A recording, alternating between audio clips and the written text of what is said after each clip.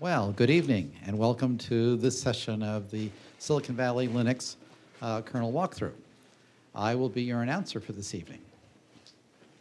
I have an announcement to make before we begin.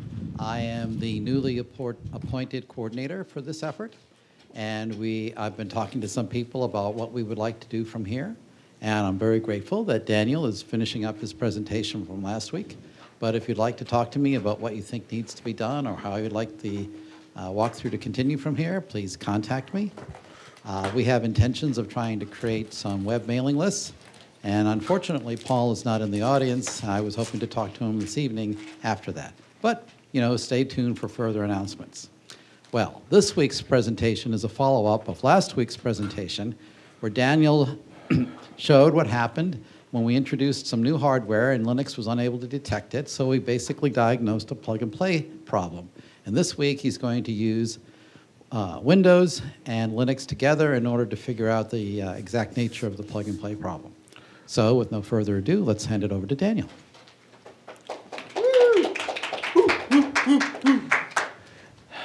Now I should probably, oh, there's another mic right there. So I'll place this one here for any questions anybody might have in addition to that microphone. That one works, right? Hello, hello? It does? Yep. Okay. Now, I do not remember whether or not last time I mentioned dscaler.org, but at dscaler.org there is a piece of software called dscaler.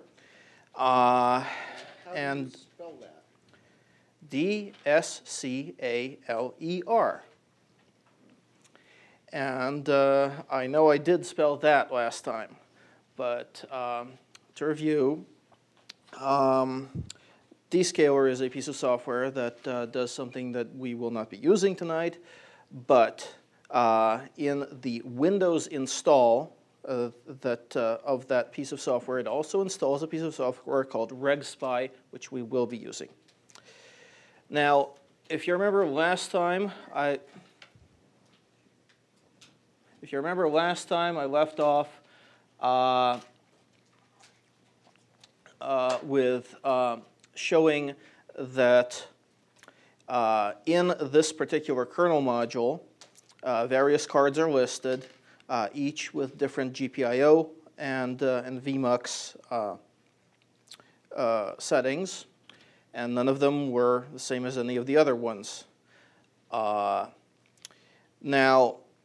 I also pointed out that this particular card does not have any particular identification known to the software beyond the identification as a card having this chipset. Now, this here is Windows 2000, and in it is installed Dscaler, the driver for this card, and also VLC, VLC Media Player, formerly Video WAM Client, the Windows version, of course, because this is Windows.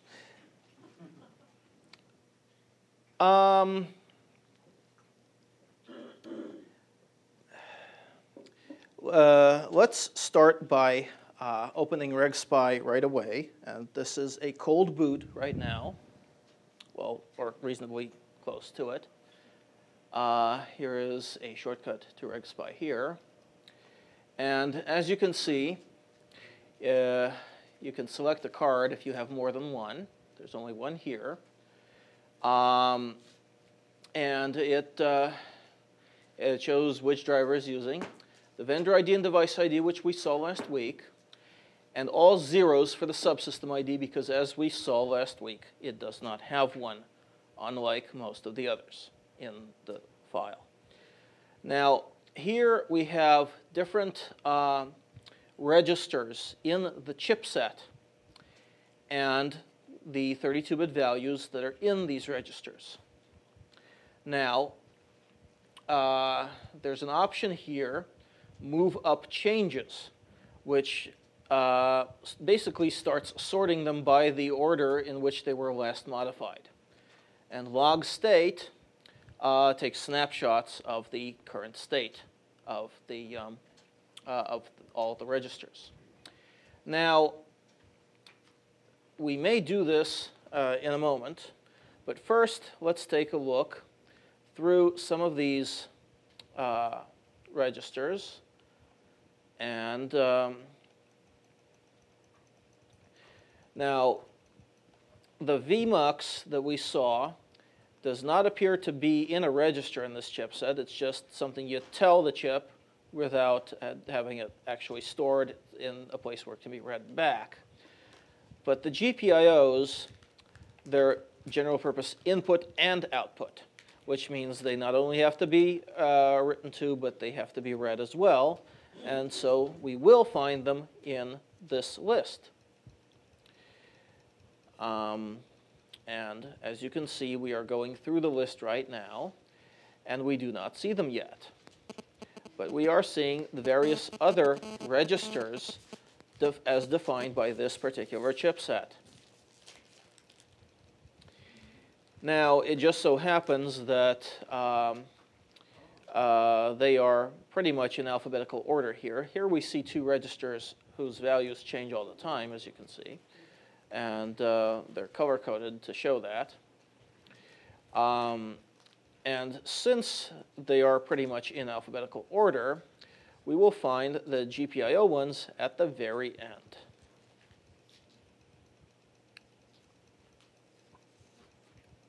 And here they are.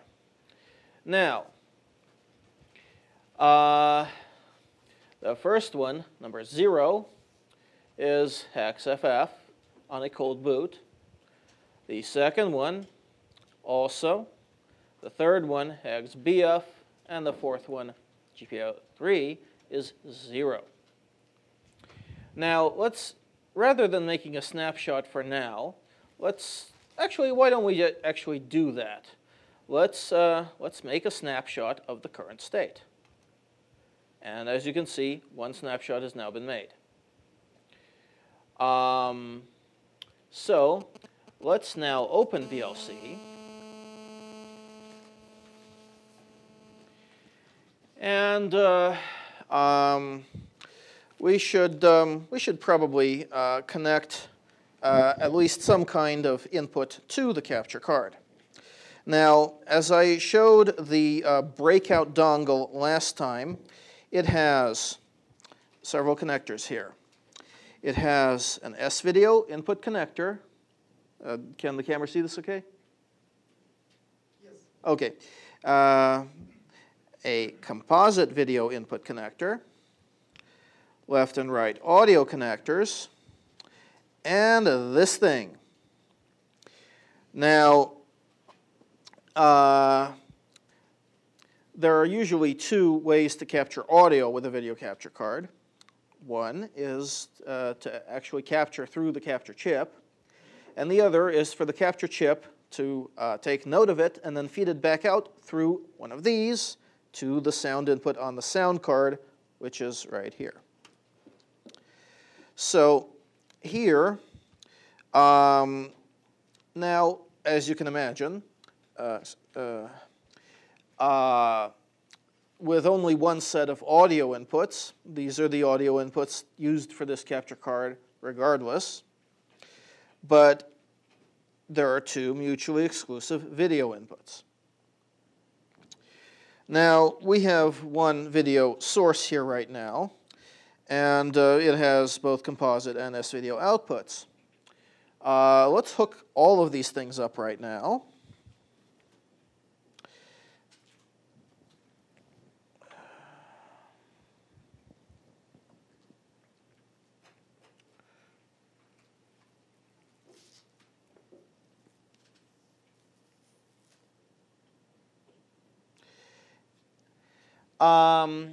And let's start VLC. Well, actually, we open VLC, but let's start open capture device here. Now, it opens with this tab. Let's go to the advanced options so that we can turn on the additional questions that it's going to ask because we turn them on. Let's go to OK here and OK here. And this is the first of them. Now, we select a video standard. And those who know video know the differences between some of these. And, of course, the one we have is NTSC_M, or dash M, whatever you want to call it. In this other tab, there are these settings, which I'm sure you know what they are. Let's leave it like this for now and go on to the next one. And since the video standard we just selected, the frame rate, now some of you may know what this is all about and why it defaults to this value, which we shall keep. Now, the color space and compression, there are several to choose from here. I do not know why that one is the default, but for familiarity, let's choose this one. Now the output size, that's of course the resolution of the capture. Let's start with the biggest. And let's go on to the next one. Now here we have the various audio stuff relating to the sound card capture from the video card, which we'll just keep it as is. Now here, we can link related audio, audio and video streams. And here we can select between the S-video and the composite. Let's start with the S-video. And there's only, well, I mean, I'm not exactly sure why this is different on this card, but we'll select the S-video here. The related streams are linked. We'll go, and here we have a screen that the DVD player in the podium is already putting out. Of course, it's not putting out any audio at the moment, at least I assume. Let's turn the volume up a bit. Come on. That's actually still pretty quiet. But it should probably be enough. Now, let's see if there's anything actually in the DVD player.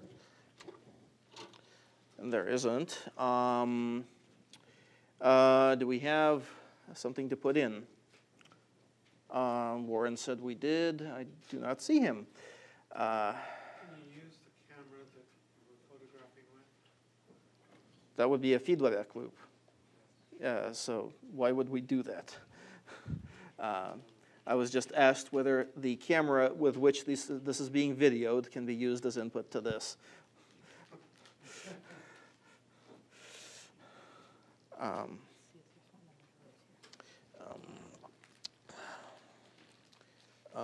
What was my understanding that Warren would hand me one?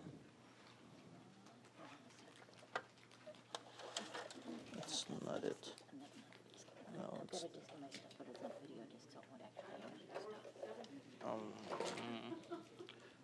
Well, that's probably not useful. not for this, no. Yeah.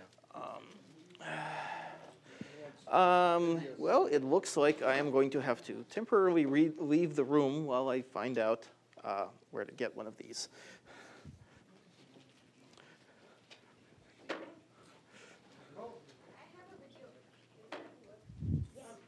Oh, somebody in the audience has one. Thank you. Thank you. All righty then. Sorority girls gone wild? No, it is JJ the jet plane.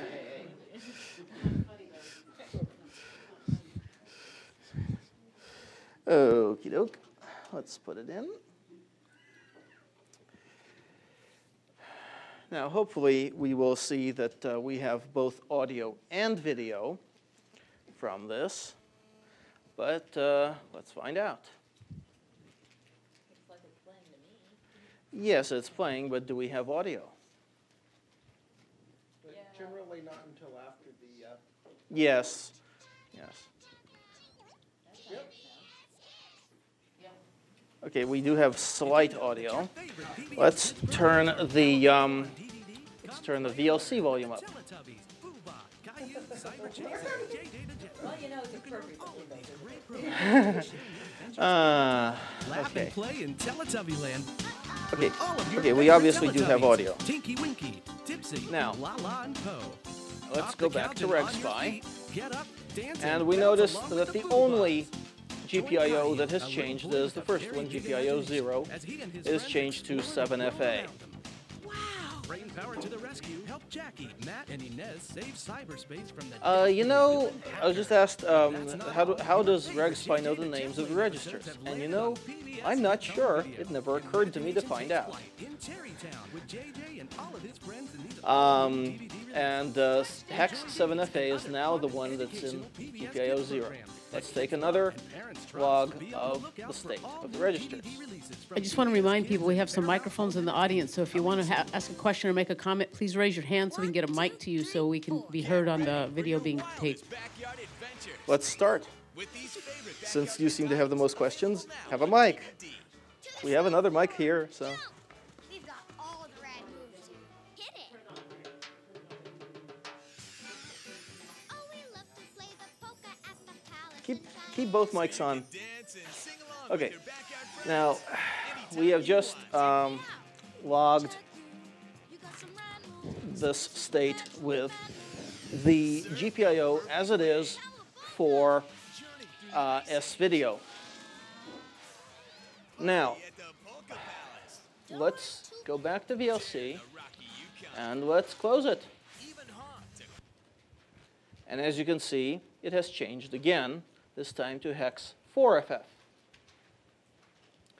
Let's take another snapshot and let's open VLC back up.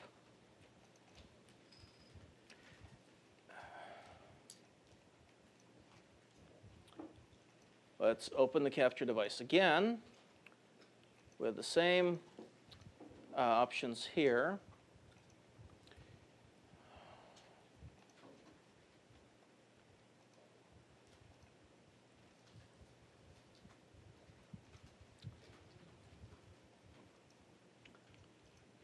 But here, we'll select the composite input this time. And, okay, well,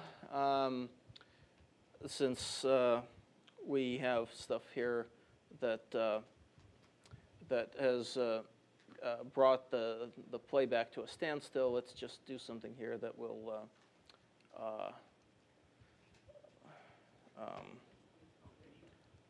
let's see, how is this even done in DLC?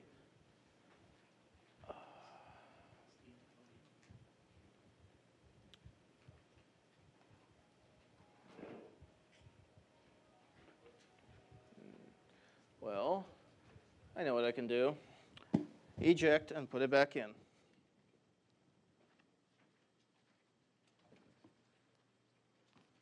Oh, I just remembered. It's not VLC playing this, it's the hardware player. So, just pressing the play button does something. Now, as you can see, the video quality is slightly reduced here because, of course, we are dealing with composite video now and not with S-video. Let's see what RegSpy says.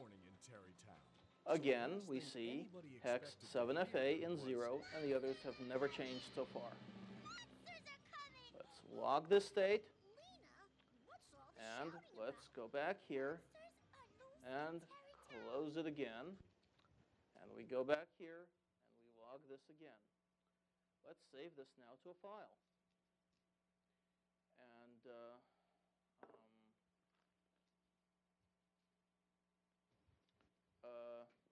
Bruce, is C or D the fat? D. D. Okay. Everything can see D. Okay. So, let's save it here. Now, we can take a look at the file already, just to see what it looks like.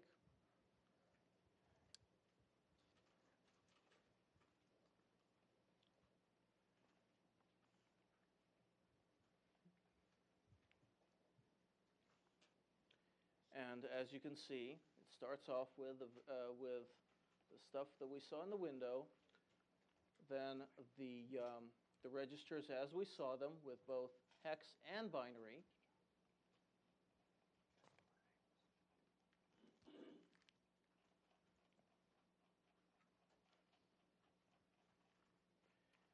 And here we have the initial value of GPIO 0 that we saw. And then we have diffs instead of full snapshots again. As you can see, when we went from the cold boot to SVideo, HexFF changed to Hex7FA.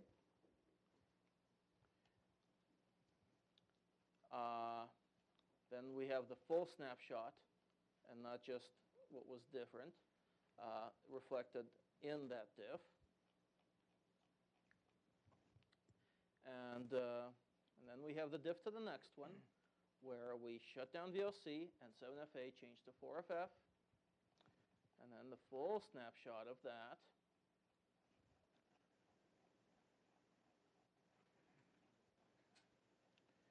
And then when we went to composite, from 4FF back to 7FA, and then guess what's next? Daniel, could you summarize at a high level what information that you're looking for and what you're going to do with it? You mean again? Well, okay, we've got all of these numbers. Uh-huh. So you said that you're looking at what Windows does to put into Linux. Yes, yes, and I believe I mentioned last week the roles that the GPIO values can play for this chipset, and the roles that the VMUX play. And now I'm showing the values that the Windows driver is using in the context of what I showed last week. And you're going to plug these into initialization routines? Into the routines that I showed last week.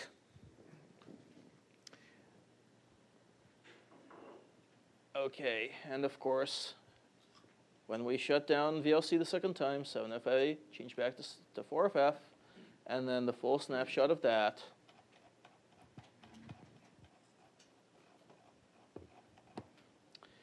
And then stuff changed not related to the GPIO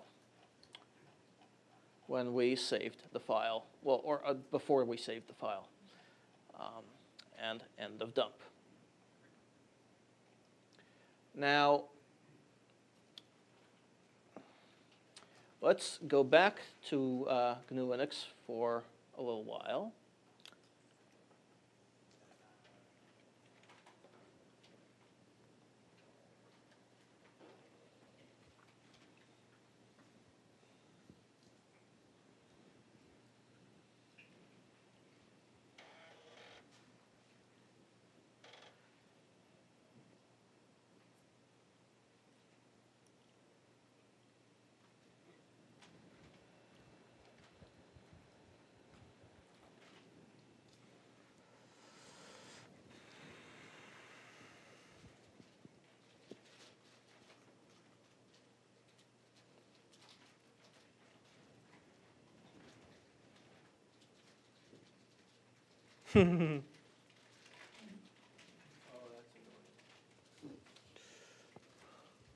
File system check gets us all. Yes. But in differing ways.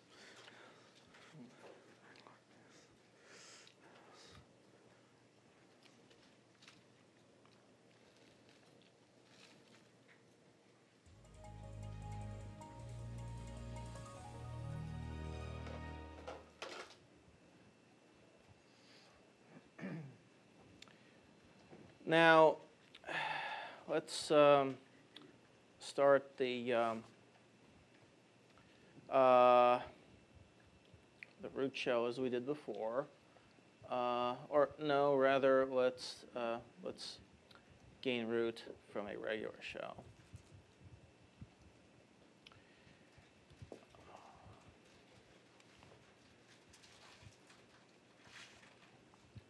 Let's make the text big enough so that everybody can see.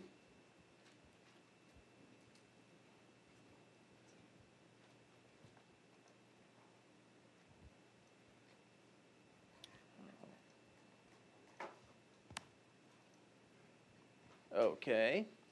Now, to refresh my memory, let's see what we have in the home folder here. We have the various D messages. Now, very quickly, let's take a D message dump and take a look at it.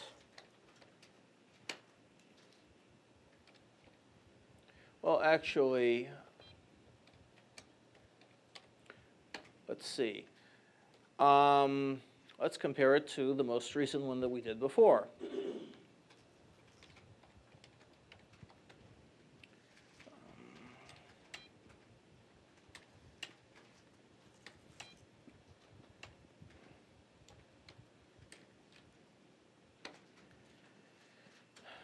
Now, we see differences that we see every time, and we saw before.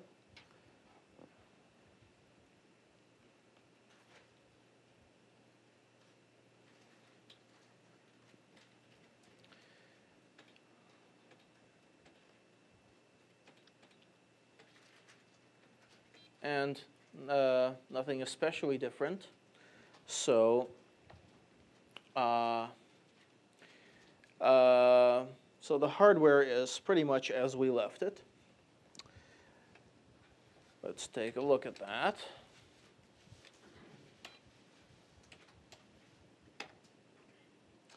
And let's find where the capture card is mentioned.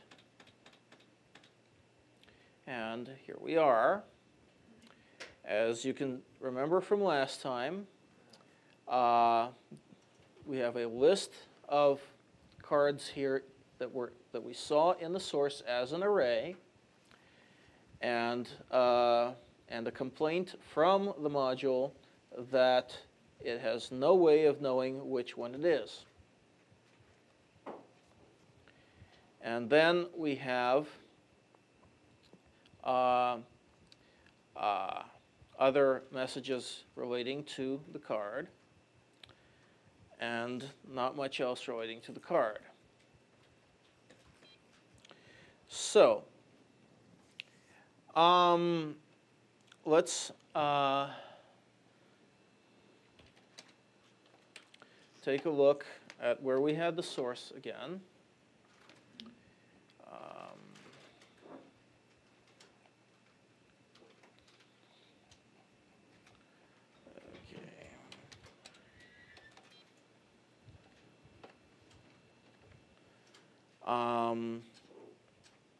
Now,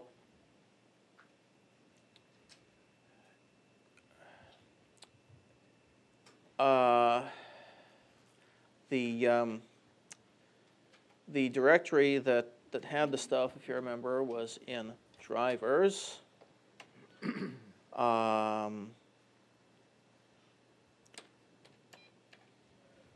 Media, video, CX88. And let's start by looking at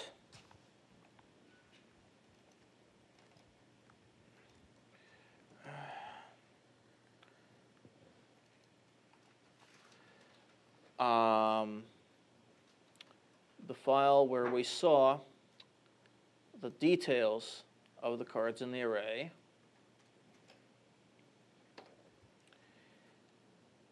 And let's go straight to where we saw the entry for the card that I started off by talking about last week.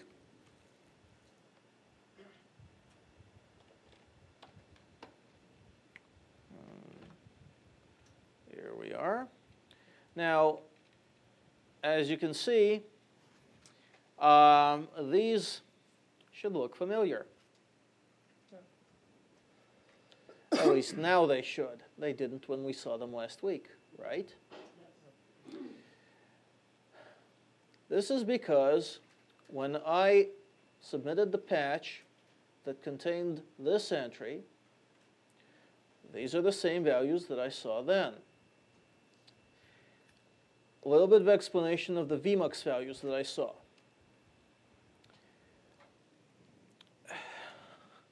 There were 4 obvious VMUX values that I deduced were possible from the other entries in the array, 0 through 3.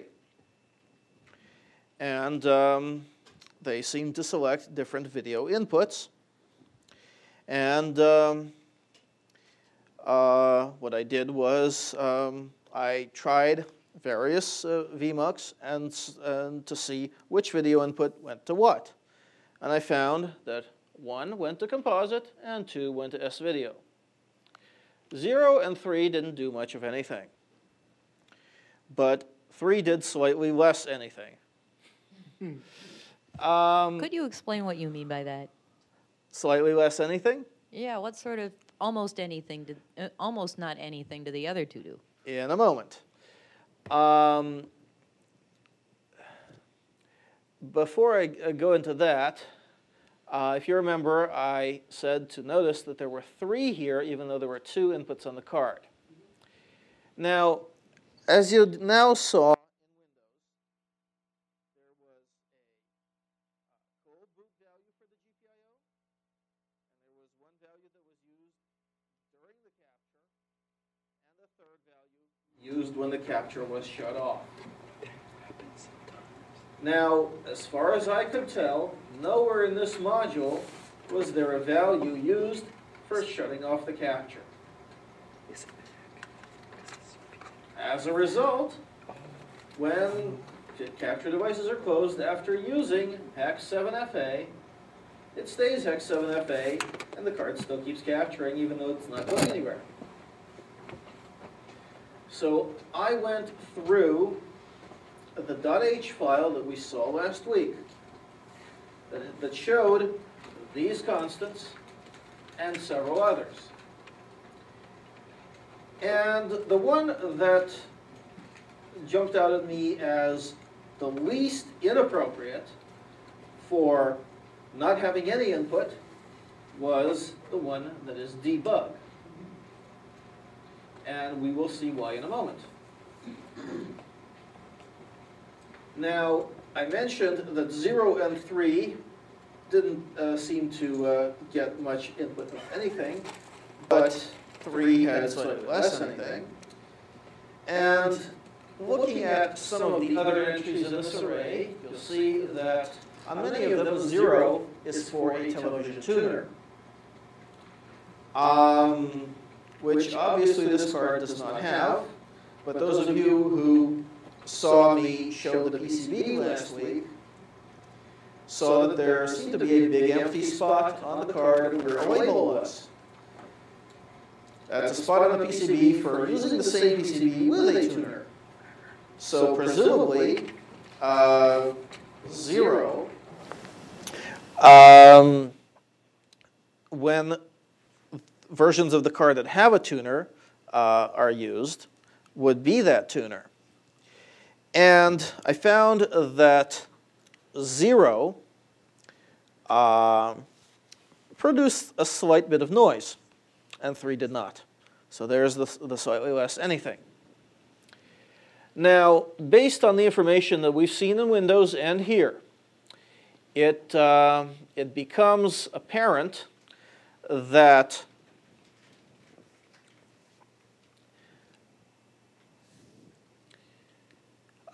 this module should be able to work with this card if only it is told to use this constant instead of unknown generic.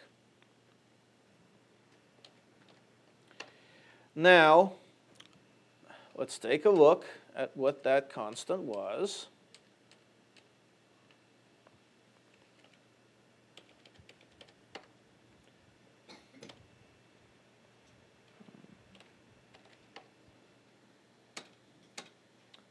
As you can see, it's 57, or rather, card equals 57. Now, let's go to where CITX has module arguments that are passed to modules automatically when they load without being told. And my guess is that since this is a Debian derivative, that it will be in etc mod probe.d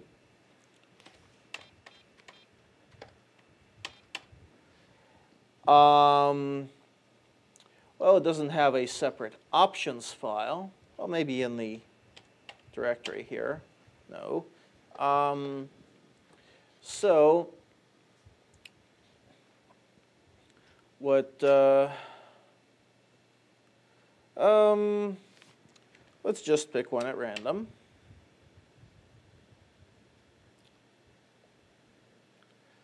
Well, actually, before we do that, let's review that that one of the modules actually has this argument. Oh.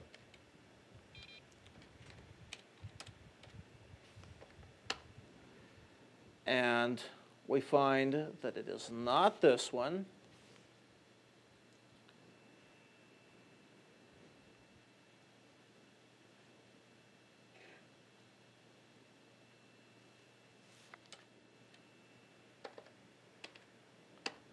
We find that it is this one.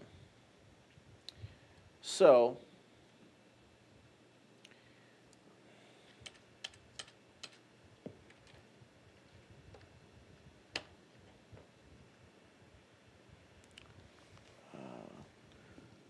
I've forgotten the password.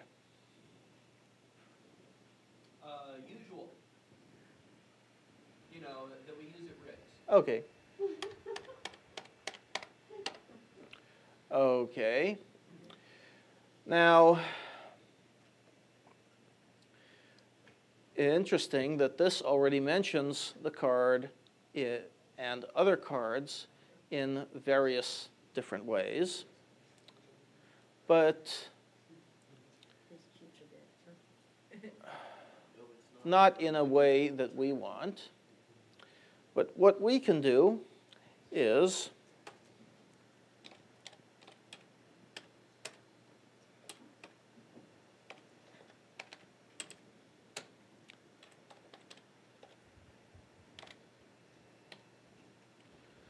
add this like that, and therefore, anytime that module loads by itself, this argument will be passed, and it will be forced to recognize this card as that card.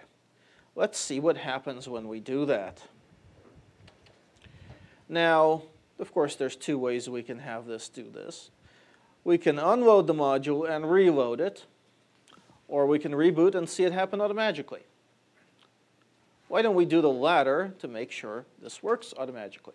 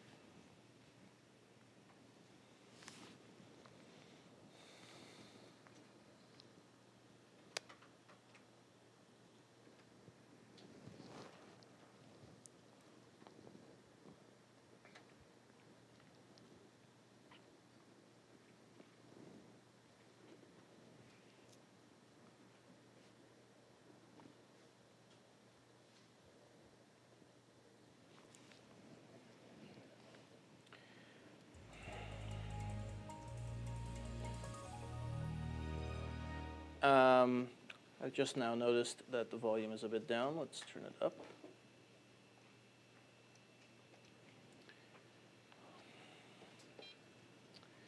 Okay, now let's take another D-message dump.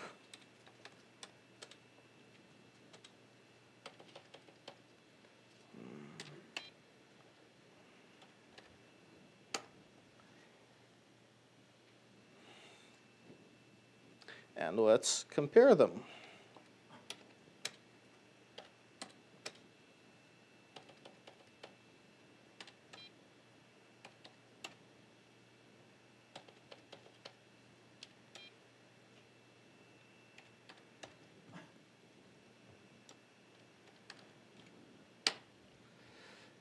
Now there's the standard stuff. And, uh-oh. Oops. The stuff about your board has no valid subsystem is with minuses, so it no longer appears. In its place, we see that the subsystem is all zeros because it doesn't have one, and it identifies it as that card with card equals 57 instead of card equals 0. And that it's an INSMOD option. And we see here that TV tuner number 4, and 4 is the value of that constant tuner absent, is found. And there's no radio tuner either. You say it found it to be absent and said so. Not quite, because the entry in the array told it that the type of tuner it has is tuner underscore absent. So it didn't detect that it has no tuner. It was told so. Contrast that to what it used to say up here, that there is a specific tuner of type -1, whatever that may be. Tuner 4, well, 4 is the value of that constant tuner absent. And it is now told that that is what it is.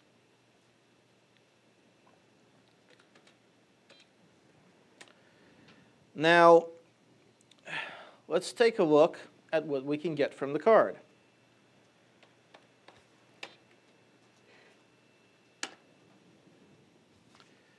Now, here we have XAWTV, and this looks odd. Let's check some of the options here. Now, capture, let's see, overlay, probably, nope, grab this one. Okay, now, okay. Now, of course, this needs to be changed to what we actually have. Let's make this stereo. And although we don't have a tuner, let's choose US. Now, video source. Let's take a look at what the options are here. As you can see, the 3 options here correspond to the 3 entries that we put into the 3 items that we put into the entry in the array: debug, composite, and SVideo.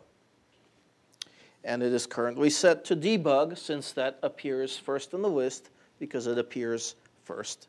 It's the first item in the entry. And therefore, it is the default.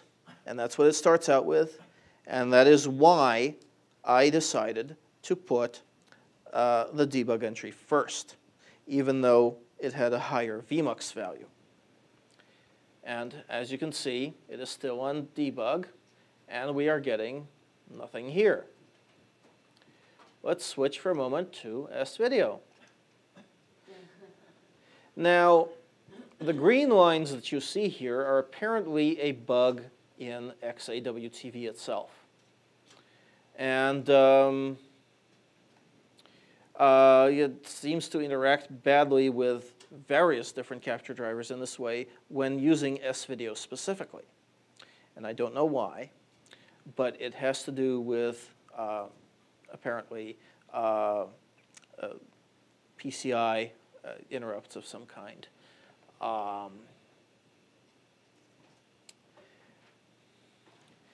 Now, we do not seem to be getting audio here, but, well, let's go to the mixer here. And let's go, okay, here. Okay. The input, we have the line, and it is off and all the way down.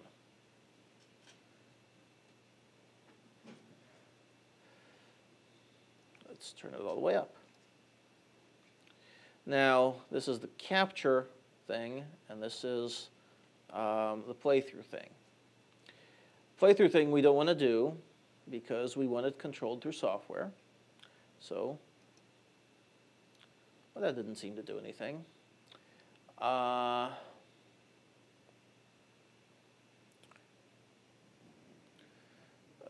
the other hand, it might not be line. What's that capture thing over next to the thing that looks like a, right in the middle? I was told, I was asked about this. And you're right, I overlooked that. But it didn't seem to help.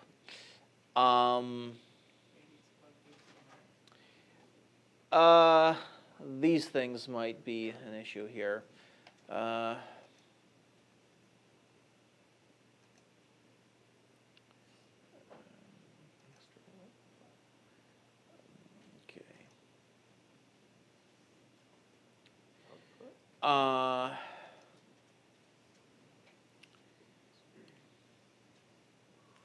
Yeah. PC speaker. The PC speaker is the beep speaker. But let's turn that up anyway. And actually, let's start a new shell temporarily in which we can backspace a couple of times and hear that that's not really making any sound that's audible. So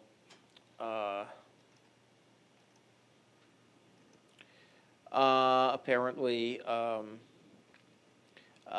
something in the equalization here is very quiet. How about the mic? If it's plugged into the other... It is not. It is not plugged into the mic. Do you have some other way of making noise on the computer? I was just asked whether we have another way of making noise on the computer. There is the old standby.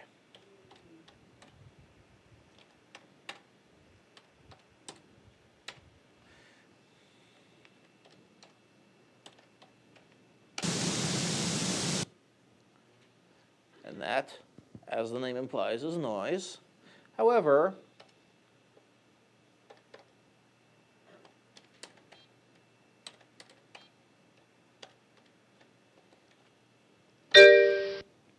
that's a nice one too.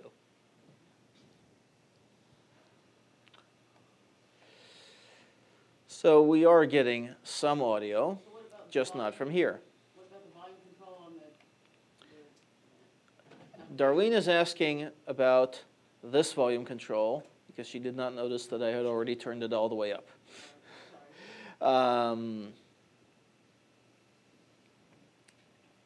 But there is a mute option here.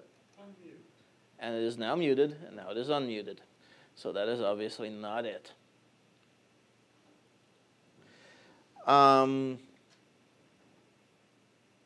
So something is going on. Let's switch for the moment to composite. And we see that, again, the video quality goes down a bit. Of course, the green lines disappear. No change with the audio. Now, of course, XAWTV is not the only application that we can check these things with. We also have VLC, which we saw earlier.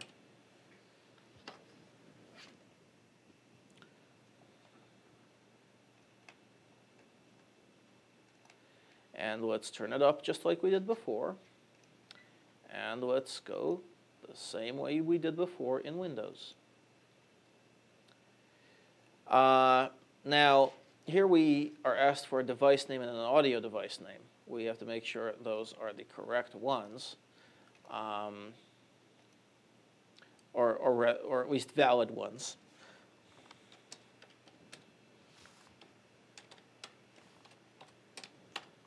And as we can see, the video one is video 0. But the audio one is correct.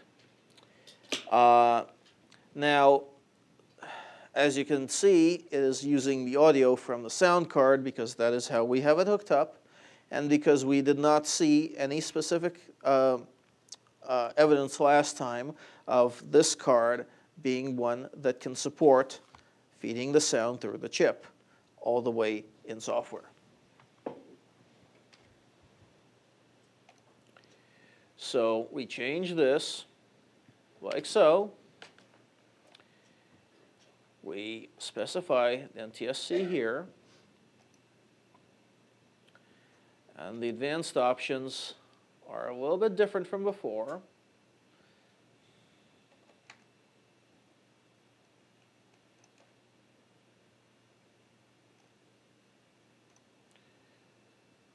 Most of the stuff is now in one window. Let's keep it as is for the moment.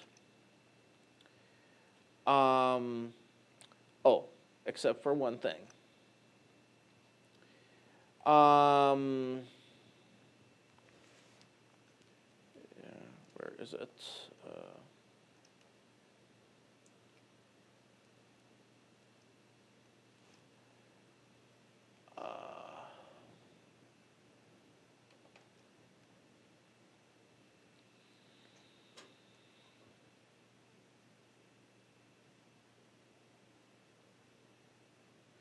Interesting. I was sure that there was a setting in here for which input to use. Because I remember seeing it before. But there is something that, that we haven't checked. Now, in here, in the preferences, there's a setting for advanced options. That makes more options appear. Let's see if that made a difference. It kept this.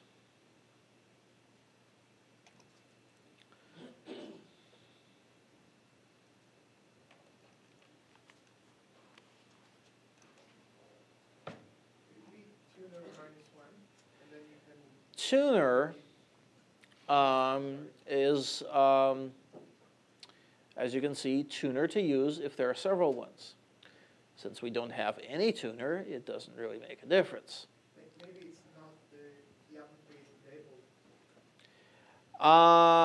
I was just asked whether this perhaps might apply differently for this card. To that, I must pose the question, what about a card that has tuners and still has multiple inputs? It has to be somewhere else. Now, channel, as you can see, channel of the card to use, usually 0 is tuner, 1 is composite, and 2 is S-video. This looks correct, doesn't it? Let's, now, these are indices into the items that were in the entry. Meaning the first one would be 0, would be the debug because that's the way we saw it. And then since the second one we saw in there was composite and the third one was S-video, these numbers are pretty much correct except for, of course, 0. So let's make this 2.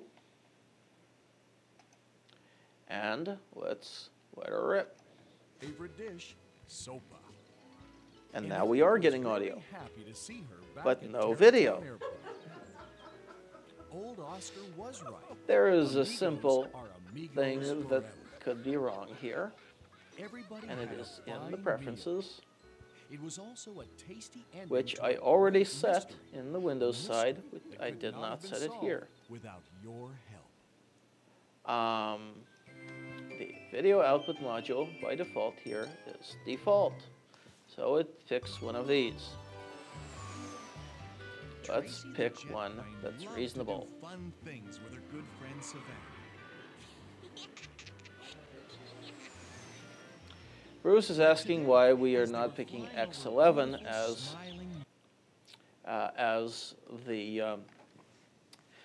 the output module. Well, we could do that, but Bruce knows very well that this is NVIDIA video and that it is using the NVIDIA binary drivers, which has special support for Xvideo, which he doesn't know, which pretty much answers the question. Let's see what happens when we try it again. Well, it looks the same. Let's see what happens if we close and reopen.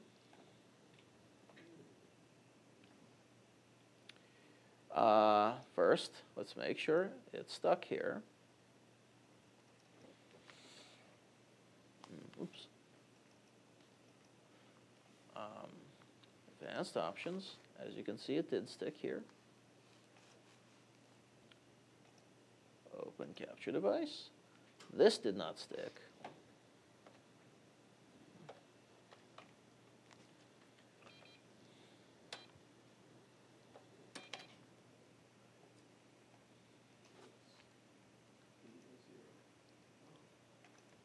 And here we go.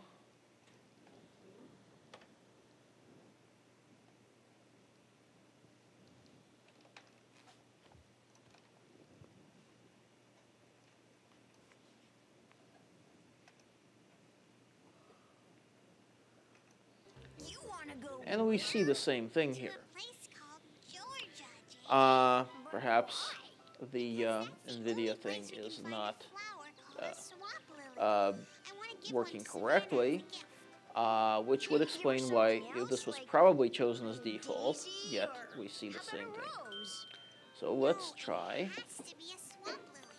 something different.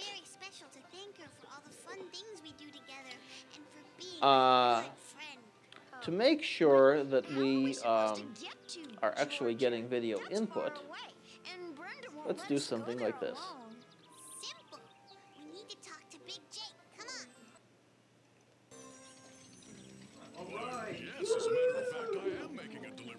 There we see. Yes. Yes. Okay, that's cute. Yes, that's Much cute. cuter than the original data. Yes, that's cute. And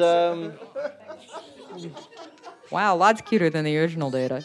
yes, of course, if I had shown this video output module on the Windows version 2, you would have seen this there as well.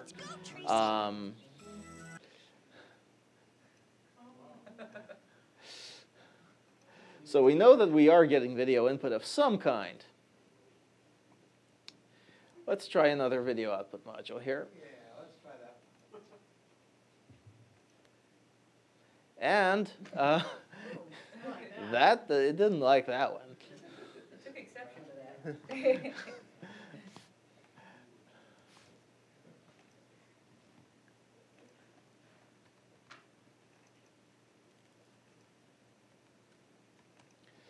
So we'll go with Bruce's original suggestion.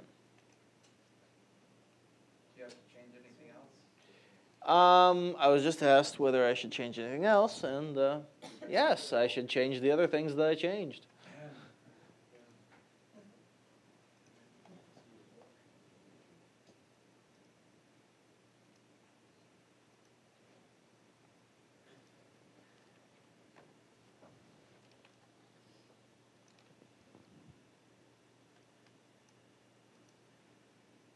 Are we getting close to the okie dokie swamp?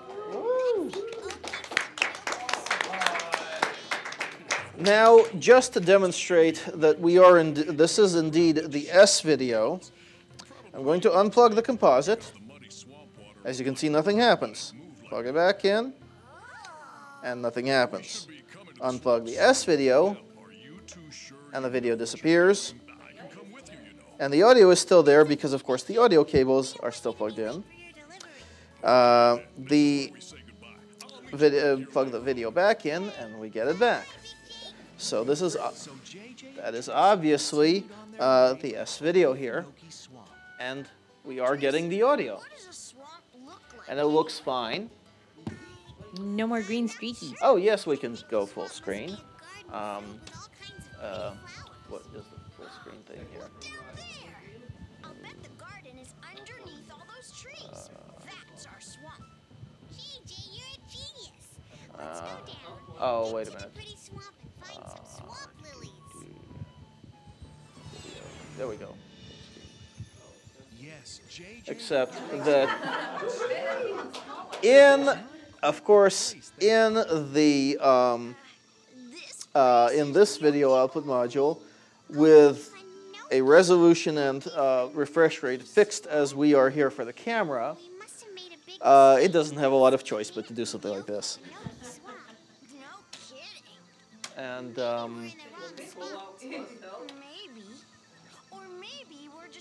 no, Control-Alt+ will not help, Bruce. What happens if you hit the full screen up at This? no, up. Keep going up. Oh, this. That. Okay, so let's do a stop here. Let's go back and let's open capture device. We'll keep this the same, but here we'll do what we said would probably get us the composite.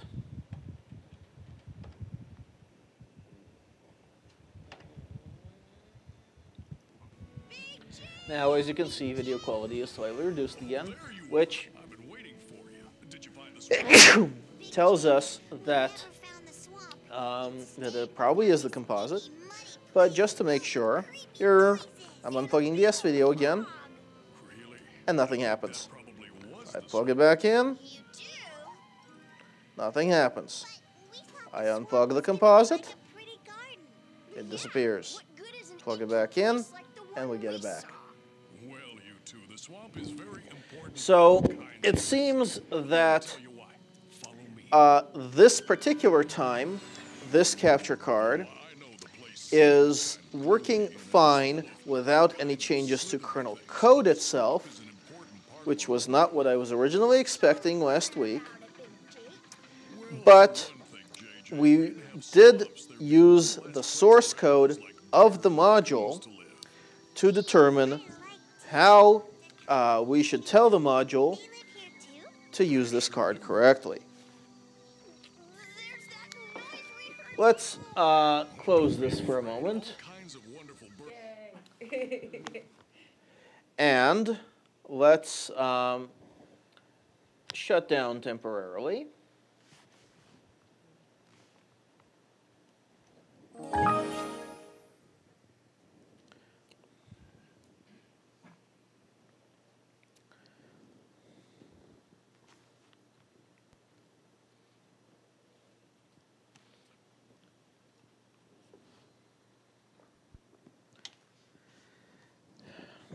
Now, here, let's disconnect some of this.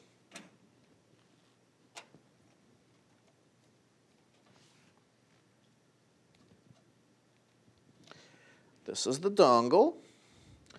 It is going back into the box from whence it came.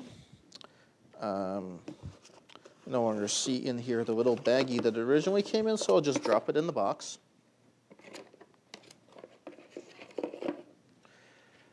Now,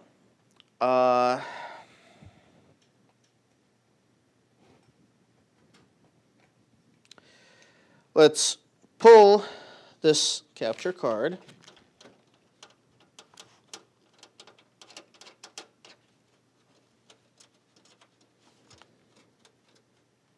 Sorry for having my back to the camera, but it's just convenient right now. So Daniel, what are we doing now? In a moment.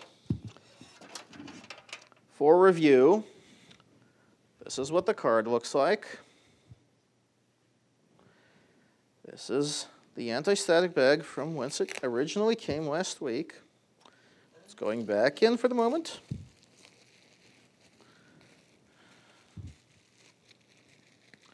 Back into the box.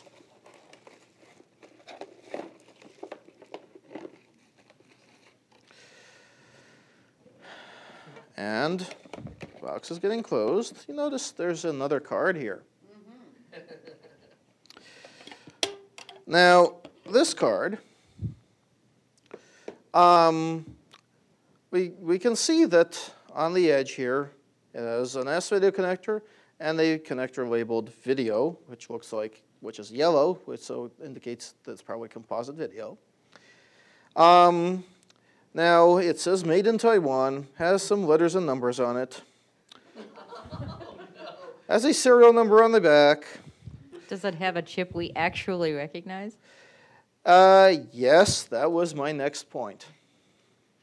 It has a chip that takes up more space on it than any other component. And the chip has the old Philips logo on the left-hand side.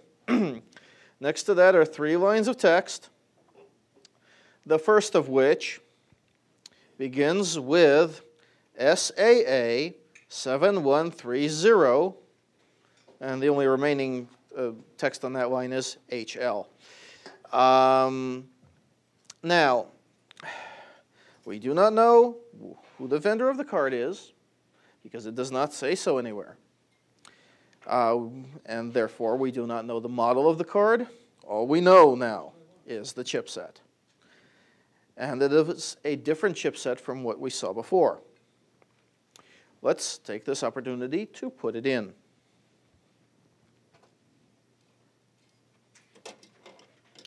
It's going in the same spot that card was in.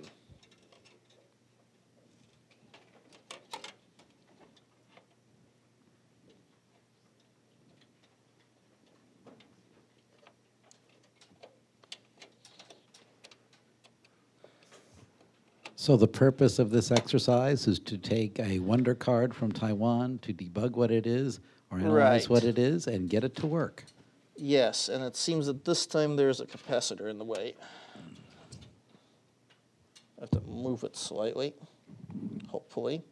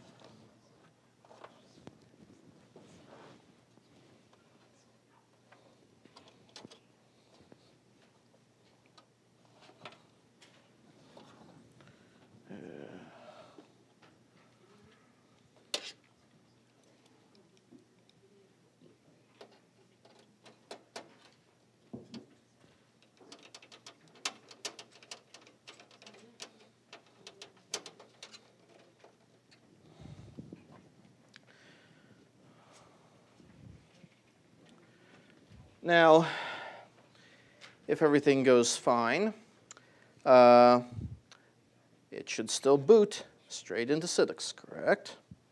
Will it think that it's card 57 because of the mod probe option? Who has a microphone? Will it think that it's card 57 because of the mod probe option? You should have, your microphone should be working. Yes, microphone is working. He didn't have one. In Zoom. So she has now repeated his question. Okay, thank you. Heather has now repeated the question that has been posed. And The answer is no, because of course that module argument was for that module, which was for that chipset. And as you now could see, this particular card has a different chipset, which presumably would use a different module. And therefore, it would not be affected by that module argument, since it was specifically told to be supplied to that module and not this module. Yet another file system consistency check.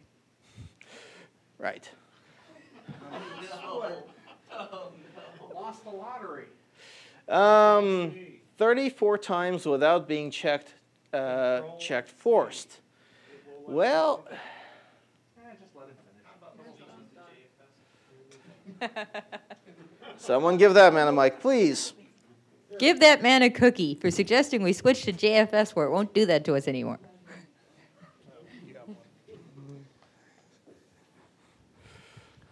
Thank you for having a really small disk on this box. Well, it's not that it just.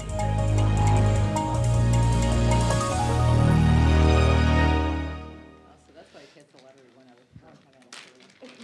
Okay, now let's take a look at the full D message without dumping it into a file for the moment. Actually, before we do that, let's take a look at the full LSPCI again.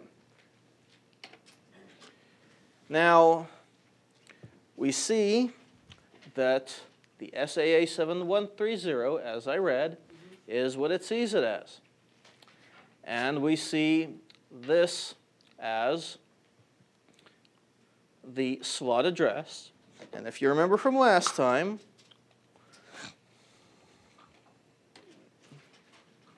we can do this. And as you can see, it is now telling us what the vendor is. AverMedia Technologies. And this is the AverMedia DVD Easy Maker.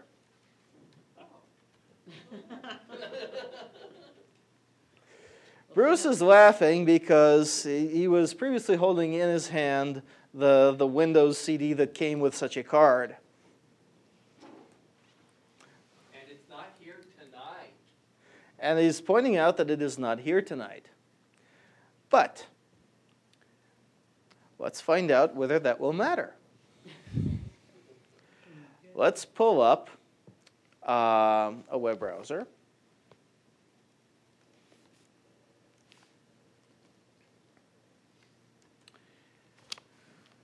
Let's go to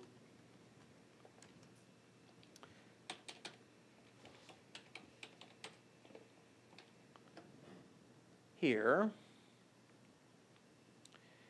Let's go to the Video for Linux Wiki.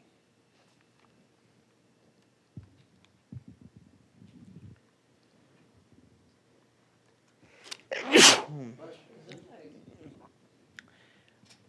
this man Let's, a Kleenex or a napkin.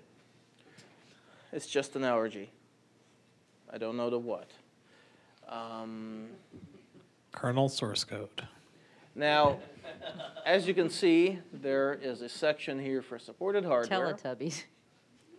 And here I have is that allergy. the section on the devices that we were previously seeing. Now, there's a section on the devices we see now.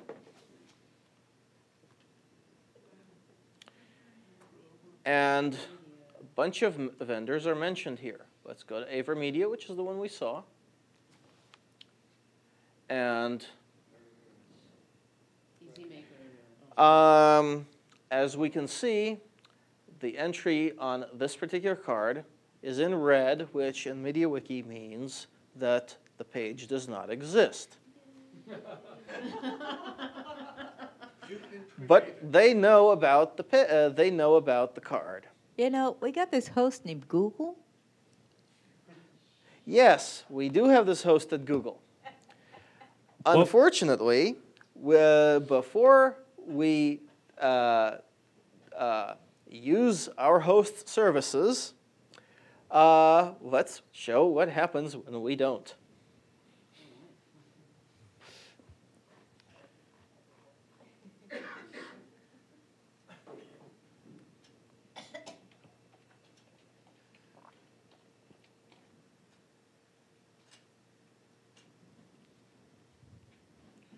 And as you can see, the only thing that shows up is what we saw. But there's more to this website than the wiki.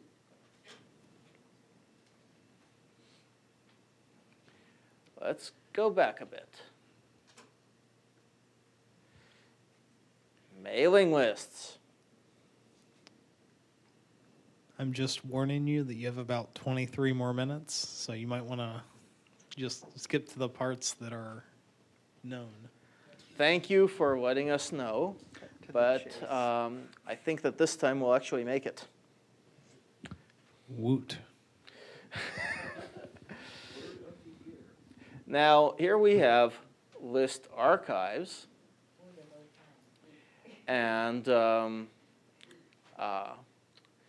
now it says that if you're looking for the video for Linux list, it is hosted by Red Hat. Now, one thing about Red Hat's hosting of the list is that you have to be subscribed to the list to see the archives that are hosted at Red Hat. However, there are mirrors of the archives to which you don't have to be subscribed to read the same archives. Go figure. Now, under list archives, it mentions 3 of them: domain.org, pvrweb.com, and mailarchive.com. Let's look at the one on domain.org, but actually, let's use our host.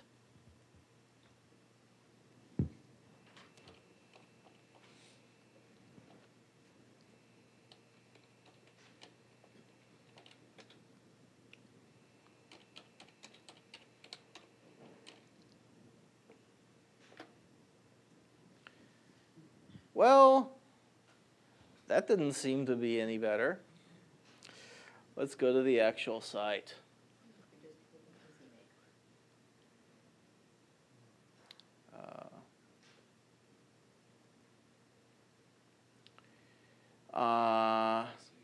Now, searching. Search for, well, search for words. Well, before we do that, of course, we want to do in group. We have to find the group. So, reading. Search for group. Video for Linux. And there it is. Here is its name. We'll go back to search. We'll paste it without extra spacing. Now we want to sort by reverse date, probably. And the words, of course, are DVD, Easy Maker.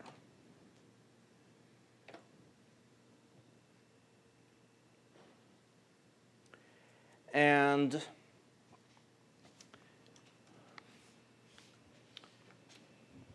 what we see here is that the most recent post about it starts with, "Hi all, I've bought a couple of cheap AverMedia DVD Maker Easy PCI cards, DVD Easy Maker cards. Don't have tuners or audio, only chips on the board are an SAA7130 and an EEPROM. EEPROM is a tiny chip, so the camera wouldn't have seen it when I showed it, by the way. They do composite and S-video in." Now, this seems to have some kind of problem. Let's take a look at what it is. Now, this has a 2.4 kernel. This person has a 2.4 kernel. And the date of this post is in 2004. So that explains why they have a 2.4 kernel. And it talks about a similar entry in a similar array in a different module. And it has slightly different fields, as you can see, but they look similar because a lot of the other things are the same. Now, this person, as you can see, started guessing. And found these things. Let's go back here, and now let's take a look at what dmessage said.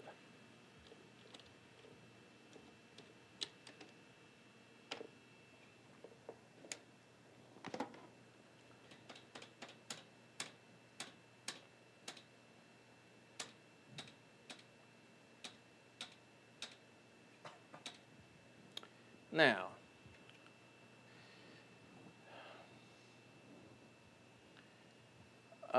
here, as you can see, the card has been completely auto-detected. It even says so, auto-detected, as card number 33 in a different array for a different driver. And it's correctly recognized.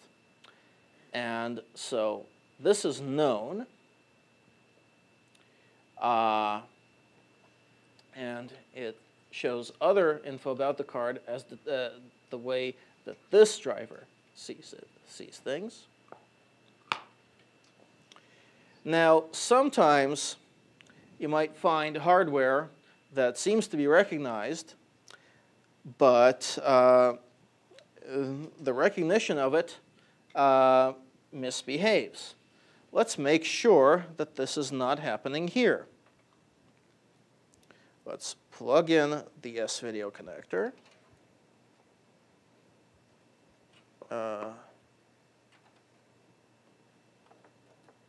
on.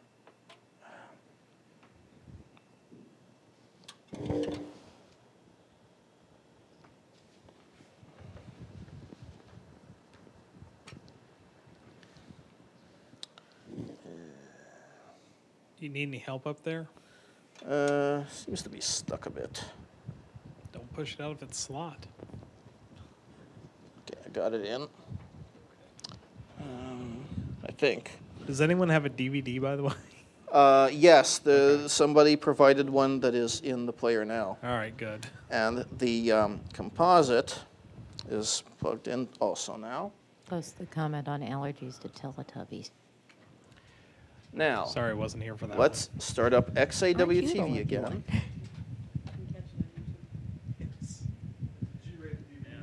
Yes, it is. Now we see something here that that doesn't look quite right, but it didn't look right before. But the reason that we have this up here is so that we can take a look. Oh, no wonder it's wrong. It's set to the wrong norm. But yeah.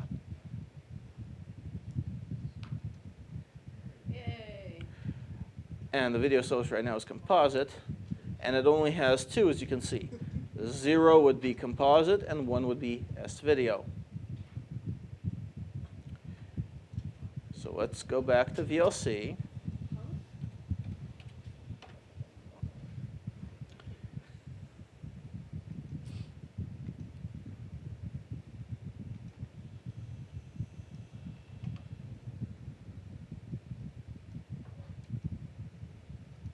And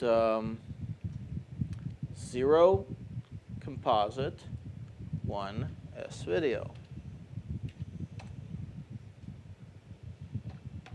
Are you rubbing your microphone on something? No, I am not rubbing my microphone on anything. The fan is too close to it. Yes. Now, as you can see, this seems to be working with S-Video here. And you fixed it. There's no sound because, of course, this card does not have a sound input connector. And let's try the composite now.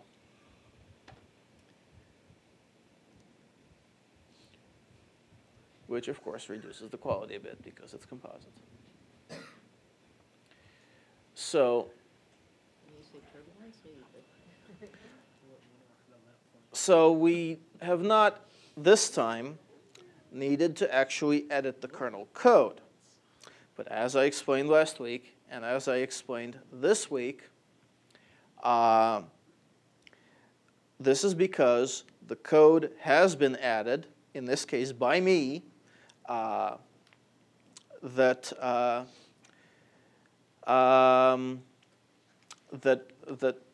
is relevant. Now, let's go back and find where I added it. Now, instead of searching for this, we will search by reverse date some things that I might have submitted to this group or this mailing list.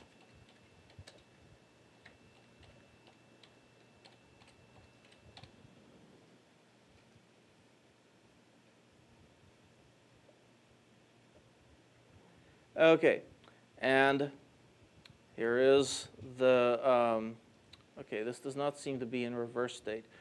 Oh, I see. Reverse date is in chronological order. Date is in reverse chronological order. How intuitive. Okay. That explains why the first one we saw before was in 2004. Okay. Now,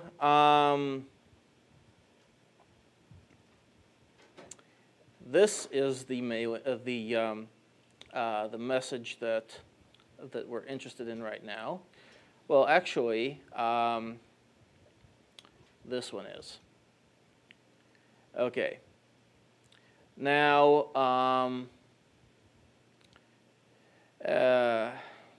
it's a reply.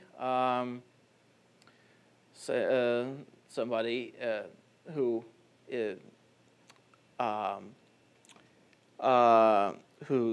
looks at these patches says that the patch looks okay, and somebody else says the same thing, and here is the request for me to put in a signed off by line, which is needed for kernel patches to be committed, and then here's me adding it.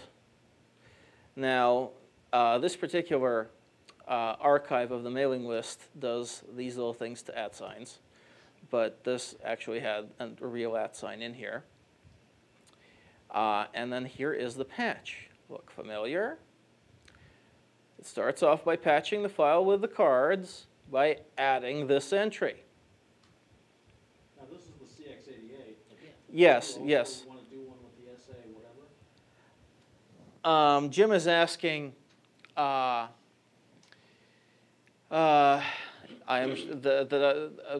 whether I want to show something similar for the card with the Philips chip. However, we saw that it was already recognized and that it has been known since 2004. This is a patch for a specific card. Now, this entry, of course, should look familiar because we saw it in the source file. And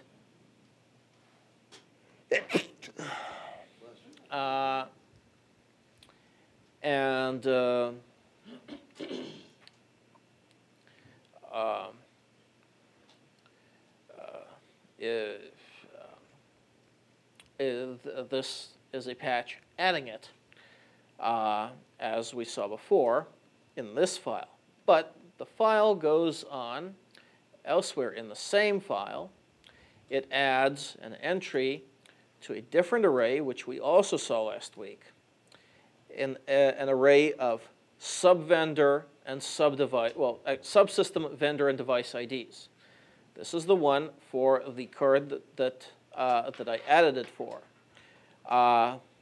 which I was hoping would be different from this card, but it's different in that this card doesn't have any at all. But this is what they are for that other card. And the patch adds this as well, such that when this card is in a machine and this patch is applied, it gets auto-detected just like this AverMedia card was. And then it goes on to patch the cx88.h file, which I showed last week also, by adding the entry defining the constant above as card 57. And that is the end of the patch. Since the Very new card, simple patch. Since the new card doesn't actually have a subsystem vendor and device IDs, how would you identify it and tell the driver which board to actually use? Just briefly. Warren is asking a question, since he was not here, that I showed extensively the answer to earlier. Don't bother answering it then. I'll ask you later. Okay. Now,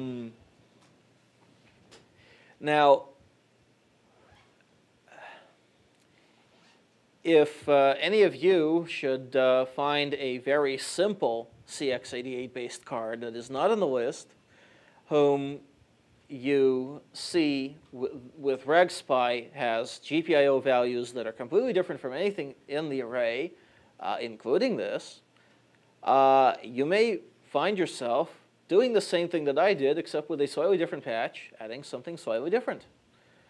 And perhaps it will even work.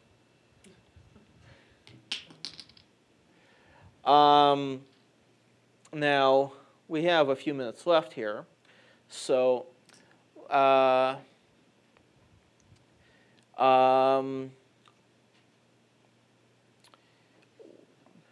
me go back briefly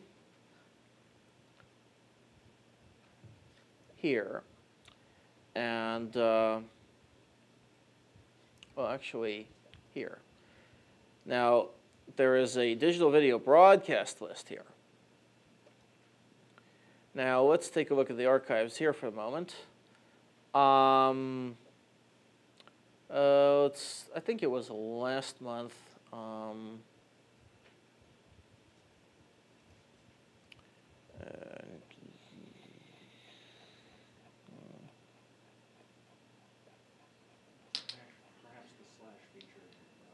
Well, actually, I'll just do this. And here it is. Now, let me explain this for a moment. You've all heard of the triple EPC from ASUS. You've all heard of the alleging of a possible GPL violation on Slashdot. And what you may not have heard is that at the same time, ASUS had on their website what they called Linux drivers for download for this device. And what they were binary-only modules that were very clearly modified versions of the Linux DVB source tree. And they were compiled against the IEEE PC kernel. At the same time that they corrected their mistake with the IEEE PC GPL in general, they corrected their mistake there.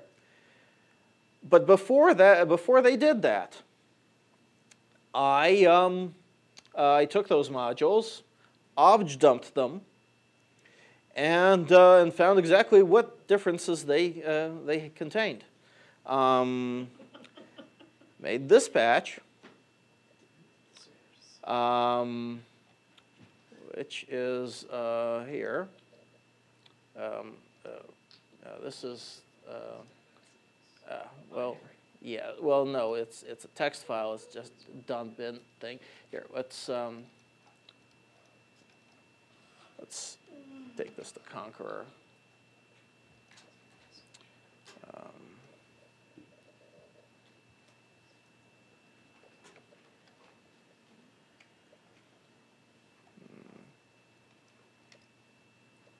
Crying out loud.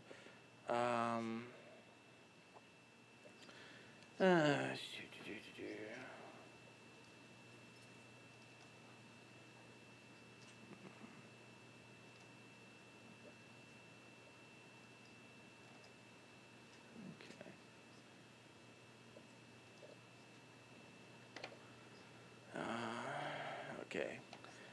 And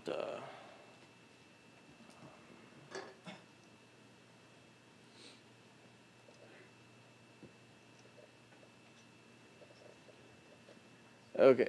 Now, here's the signed off byline again. And starts out with something that is apparently unique to this this particular device and no others, and that is code specific to this device and nothing else. There's a routine that that is very similar to one immediately above or below it, but it has a couple of lines different. And then we have here additions of USB vendor and product IDs. They're similar to PCI ones. And then here we have additions of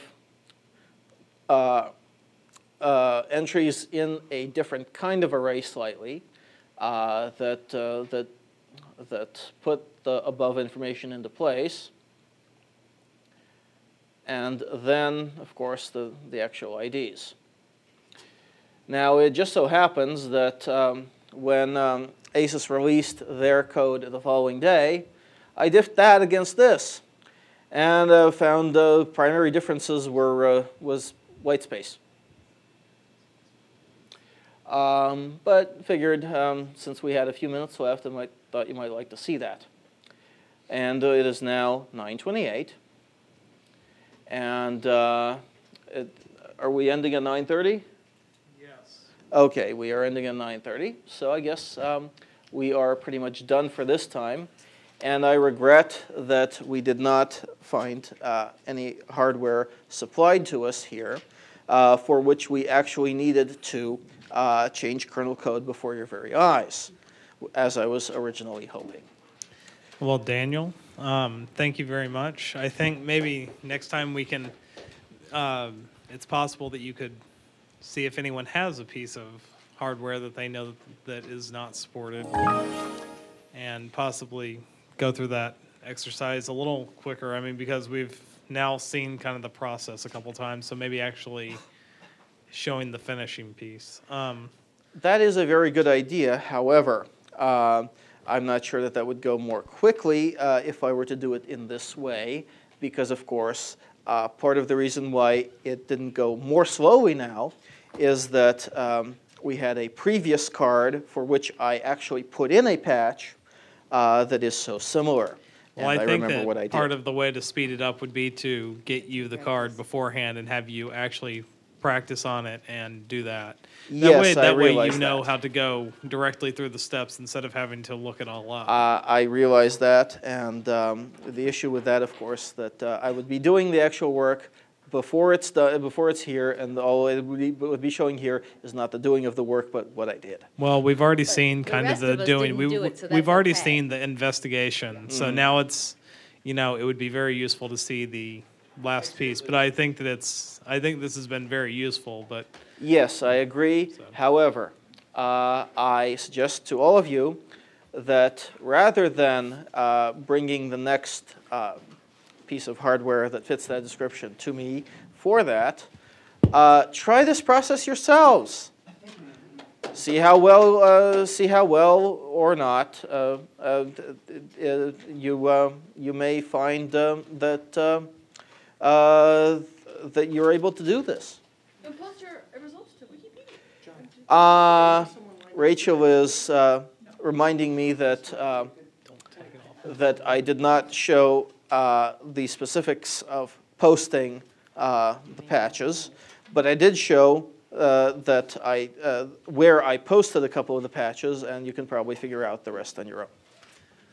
Well, thank you very much. All right, let's give Daniel a hand here. All right.